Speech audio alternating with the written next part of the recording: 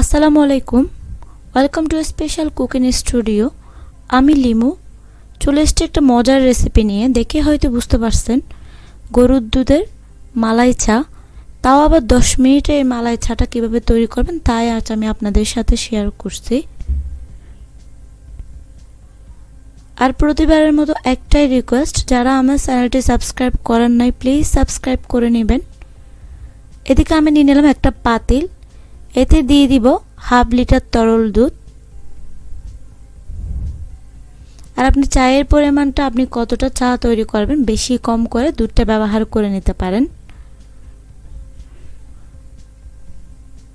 সেই সাথে দিয়ে দিব 3টা এলাচ, আর অবশ্য এলাচটা দিতে হবে। এলাচটাকে সামান্য একটু ছিঁড়ে আমি একটু ফেটে এলাচগুলো দিয়ে দিচ্ছি।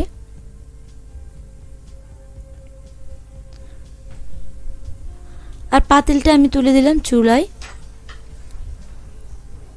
তুলে দেওয়ার পরে নেড়ে চেড়ে আমি মিডিয়াম আঁচে দুধটাকে প্রায় অর্ধেক পরিমাণ শুকিয়ে আসা পর্যন্ত করে দুধটাকে শুকাই নিব।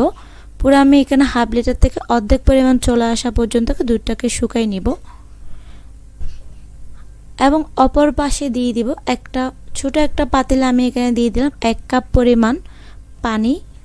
যেহেতু আমি চায়ের পরিমাণটা কম তৈরি করছি এজন্য পানির পরিমাণটা কম দিচ্ছি। আর এক্ষেত্রে শুধু আমি চায়ের রঙটা যাতে আমি পাই এই জন্য আমি পানিটা ব্যবহার করছি। আর এখানে আমি নিয়ে নিলাম ছোট দানার কিছু চা পাতা। আমি মনে করি চায়ের জন্য ছোট দানার চা পাতাটাই পারফেক্ট।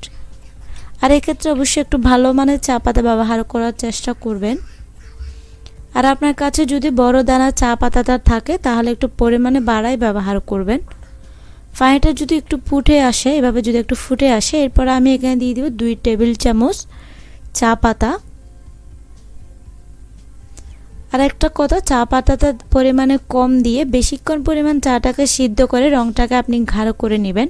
এই কাজটা কোনো সময় করবেন না, এক্ষেত্রে চায়ের রিয়েল ফ্লেভারটা নষ্ট হয়ে যায়।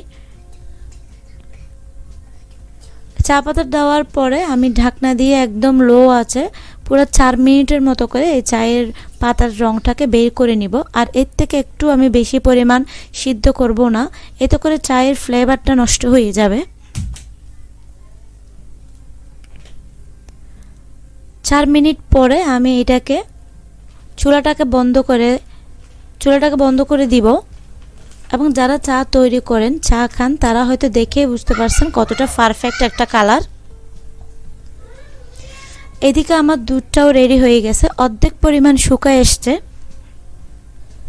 এবং অনেকটা ছানা বা মালাই উপরে উঠে আসছে। দুধটা যেহেতু আমি ছেঁকে নিব না এই জন্য যে আস্ত এলাচগুলো দিছি এই এলাচগুলো আমি তুলে নিচ্ছি।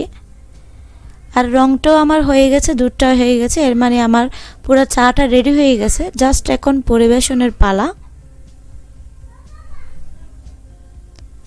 আর এই মালাই চাটাতে কোনো সময় আপনারা যারা বেশি মিষ্টি পরিমাণ, চিনির পরিমাণটা বেশি খান, তারাও অবশ্যই আমি রিকোয়েস্ট করব চিনিটা বেশি ব্যবহার করবেন না, কারণ এই মালাই চাটা বেশি পরিমাণ মিষ্টি হইলে এটা খাইতে ভালো লাগে না, আর মালাই চায় স্বাদটা থাকে না। আমি এখানে 3-4 চামচের মতো চিনি দিয়ে দিলাম এবং হালকা একটু নেড়ে চেড়ে চিনিটাকে মিশিয়ে নিব।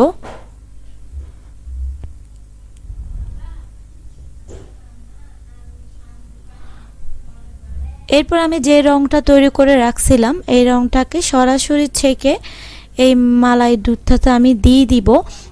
অনেকে বলে মালাই চাটা তৈরি করতে করতে পরিবেশন করতে করতেই ঠান্ডা হয়ে যায়, তবে আমি যে প্রসেসে তৈরি করছি আপনি যদি ঠিক এই প্রসেসে চাটা তৈরি করেন তাহলে চাটা ঠান্ডা হয়ে যাওয়ার কোনো রকম ভয় থাকে না। সরাসরি এভাবে আপনি পরিবেশন করলে দেখবেন যে দেখতে খাইতে অনেক বেশি ভালো লাগে এবং চাটা ঠান্ডাও হয়ে যায় না, গরম থাকে। এবং রংটা সরাসরি ছেঁকে আমি এই মালাটাতে দিয়ে দিচ্ছি এবং নেড়ে ছেড়ে দিচ্ছি। নিচে দুধের সাথে রংটা পড়ার পরে দেখতে পাচ্ছেন কতটা ঘনত্ব এবং সুন্দর একটা কালার এসছে। চাটা আমি রেডি হয়ে গেছে। আমি যেহেতু রংটা 4 মিনিট সিদ্ধ করছিলাম সেই ক্ষেত্রে এখানে এসে আমি সম্পূর্ণ 1 মিনিটের মতো করে এই চাটাকে সিদ্ধ করে নিব। শুধু 1 মিনিট সিদ্ধ করব, এর থেকে বেশি সিদ্ধ করব না।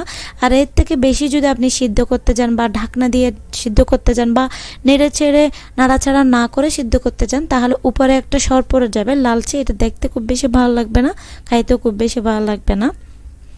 আমি একটু পরিবেশন করে আপনাদেরকে দেখাচ্ছি। চাটা আমার সম্পূর্ণ রেডি হয়ে গেছে।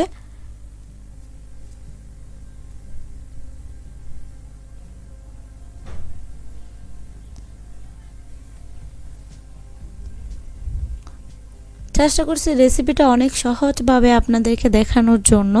রেসিপিটা যদি ভালো লেগে থাকে অবশ্যই লাইক করবেন, বেশি বেশি করে শেয়ার করবেন, যাতে ফ্রেন্ডস আর ফ্যামিলি সবাই দেখার সুযোগ পায়, জানার সুযোগ পায়। আর রেসিপিটা সম্পর্কে কোনো কোয়েশ্চেন থাকলে আমাকে কমেন্টস করতে পারেন। আর বাসায় তৈরি করে কেমন হয়েছে অবশ্যই আমাকে জানাবেন।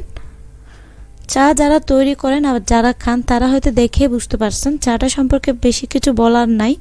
একটাই রিকোয়েস্ট করব, চাটা অবশ্যই বাসায় তৈরি করে খাবেন এবং আমাকে জানাতে কিন্তু ভুলবেন না। আর সবাই ভালো থাকবেন, ভালো খাবেন, আমার আর আমার ফ্যামিলির জন্য দোয়া করবেন। আরও নতুন নতুন রেসিপি পাওয়ার জন্য আমার চ্যানেলটি সাবস্ক্রাইব করবেন এবং পাশে আসা বেলটি অবশ্যই ক্লিক করবেন। আজকের মতো বিদায় নিচ্ছি, আল্লাহ হাফেজ।